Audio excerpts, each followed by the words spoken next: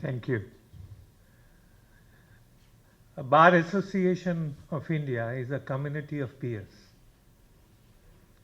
and any recognition which is awarded by a community of peers, I think, is the most valuable one. Because here you are not recognizing strangers, not recognizing people who are not connected with, you are recognizing people whom you have seen working, having performed admirably, who are existing source of inspiration and role models. Because the award comes next. We recognize those who are already icons. And as peers, we know that. And that is why the Bar Association of India started to award those from our own community who have rendered exceptional service to the law in the areas of human rights, in the administration of justice, as legal professionals, academics. And we chose December 3 as the day because it was the birthday of our first president, Dr. Rajendra Prasad, who inaugurated the Bar Association of India and who was himself a very noted lawyer who headed the Constituent Assembly, was one of the famous and founding fathers of the Constitution, besides being the first president of the Republic. And what he spoke during the inauguration just did not talk about the objectives which a bar association should have. He also connected it with the dreams, aspirations, challenges of a newly formed republic. Because in the life of republic, even when we say that we are 75-year-old, in the life of nation states, this is still a short span. So to take inspiration for him and to give these awards while commemorating him is something which we thought will do justice to the Bar Association's own endeavors. So friends, this year, because all of us had just emerged from a very grueling but very successful and intensely hosted Law Asia conference in Bengaluru, to expect all our colleagues from all over the country to again assemble within 4 or 5 days in New Delhi. We thought, a thin attendance and, lack of enthusiasm should not mar the energy and the aura of the award function. So we took a conscious decision that we will hand over these awards. We declared the awards on December 3, but we thought that we will hand over the awards during this Rule of Law Convention. So here we are, and we have very stellar legal luminaries this year. And one category which Anandita, as we have been improving on this template, is that we have started recognizing the regional leaders of the bar, the prominent bars. Because as Bar Association of India, we are nothing if we are not having our close units of different bar associations at the High Court level and district level are with us, their leadership and contribution is recognized. So from last year, we including this also as an award. And then this year we are going a little further. We are including one award for a lawyer for distinguished service at the district level. And that too, not, just in the metropolitan cities and all.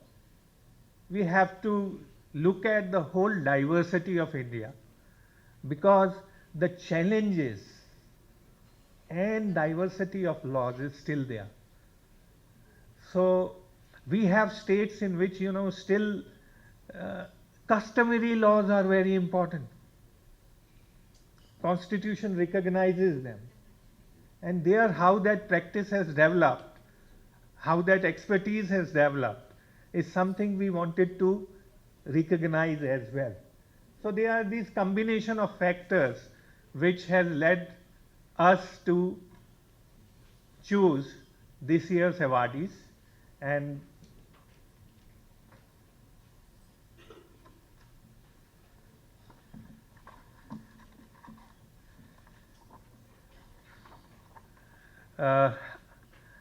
I will leave the job of saying about the awardees to our chief guest, the learned Attorney General.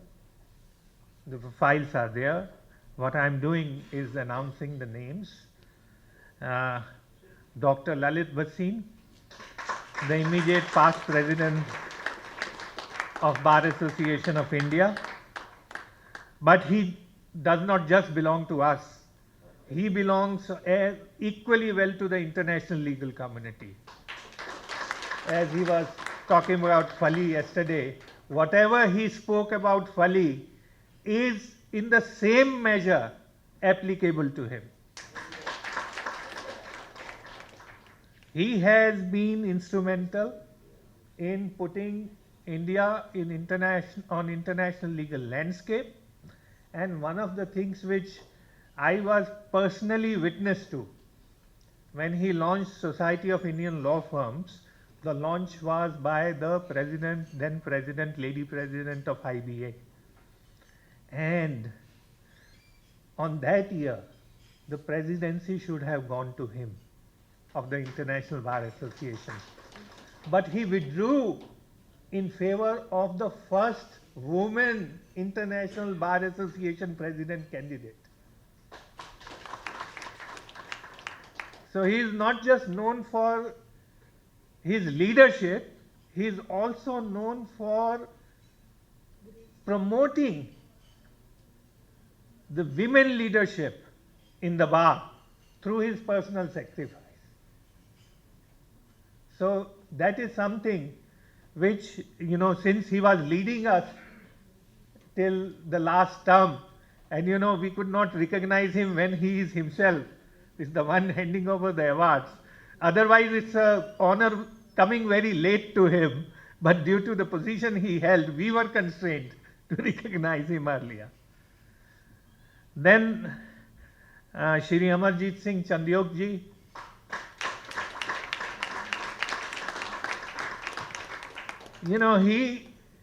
he is himself the epitome of what is called a bar leader. We always forget the number of times he has been president of the Delhi High Court Bar Association. And it is not just leadership of the bar. One thing which it has never gone out of my mind is the image when in Delhi High Court, on the gates of Delhi High Court, bomb blasts took place. And it was not known that how many more bombs are there, because like in Bombay and other unfortunate places where these acts of terrorism happen, it is not just one device, multiple devices. And before police or law enforcement authorities and other could intervene, on television we saw images of Mr. Chandiok himself, without care for his own life, along with his colleagues, carrying the injured to the hospitals in their personal cars. What he has done in the field of mediation and others is known to everybody, but I thought I should, underline this aspect of him, where you can say he is ready to give his life for the bar. and he showed it.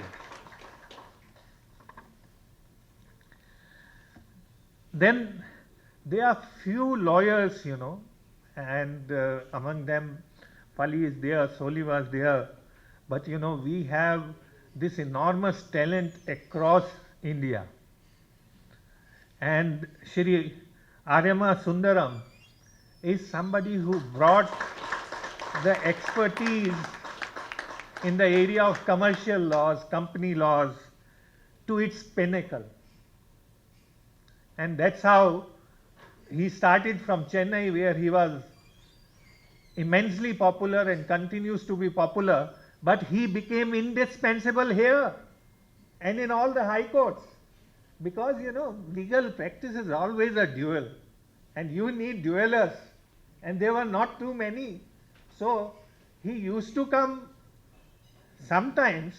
Now he has to be here because of the enormous demand of those duellers who can take the cudgels on behalf of different clients, opposing clients in the equal measure. So, sir, it's a pleasure for us to recognize you.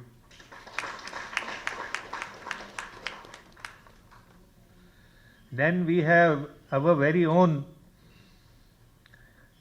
Madhavi Diwan, Madhavi Goradia Diwan. First I had to take permission of Sham because, and I had to tell Sham that, Madhavi, if you are a vice president and we recognize Madhavi, it has no connection with you and the office you hold with us. We are recognizing her in her own right, and you should not come in the way. So, as a good husband, he said, okay.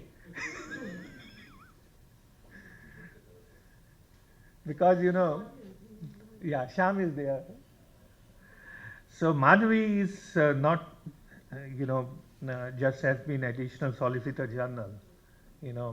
Her practice, she honed her practice under Janak in Bombay, whole gamut of laws from commercial laws, and especially, her that aspect of being a prolific writer as well as a practitioner lawyer is what gives her a unique personality, and that is why we decided to exploit it by making her editor of Indian Advocate.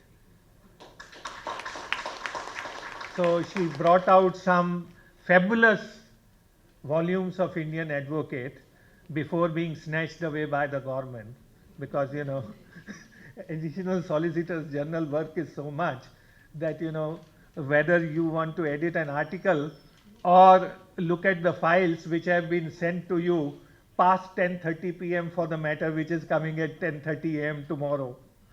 So Madhavi had to excuse herself from being the editor. But we are not merely recognizing her as a woman lawyer, though Anindita said that we are making a point. So her recognition is not based on gender. Her recognition is based on her exceptional ability and blend as a lawyer and as an expert on media law, where she has written authoritative books.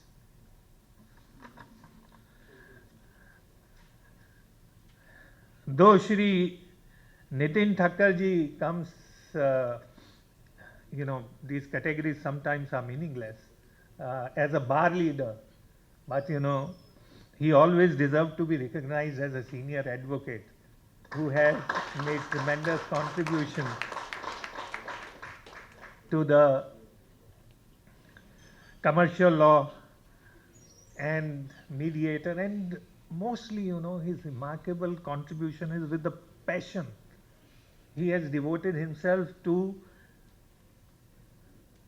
the capacity building activity of the bar. I don't know what personal sacrifice he is making in terms of his own practice, but the endeavors he has taken as a leader of the bar have not been done by anybody so far.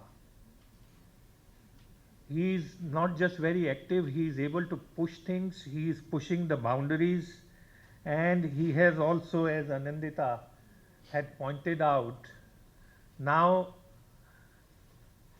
created a new tradition that at least 30% of the candidates or office bearers in the Bombay bar must be women.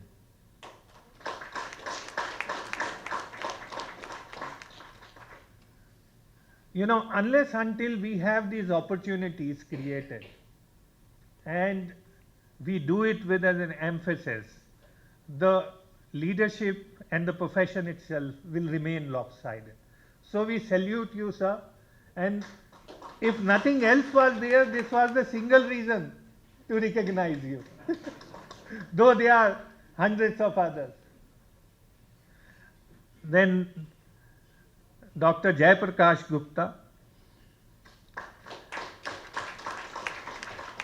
he is from Ranchi, Jharkhand, and one of the few people I met when I joined Bar Association of India. He has written compendiums on customary laws, not just of his own state, right from the northeast. And he continues to do that, and continues to do that for the whole expanse of India with a missionary zeal. He had been a legislator. He knows, not just from the legal side, but also from being a member of legislative assembly, that how, indigenous people, the tribals and others, and these communities, what kind of odds they face in their lives. And I think that is one of the driving forces, that experience is one of the driving forces. He thought that let me catalog all this. Let me create a reservoir of knowledge where you can go and you can see how, though constitutionally recognized, these sets of laws have worked out in practice. Sir, to work on these areas, the nation itself deserves gratitude, owes gratitude to you. And what we are recognizing you today from as peers from the lawyers community is a very small honor we are extending to you. Now I will request our learned Attorney General. I just gave my personal, view about each person. We have their biodata and this thing.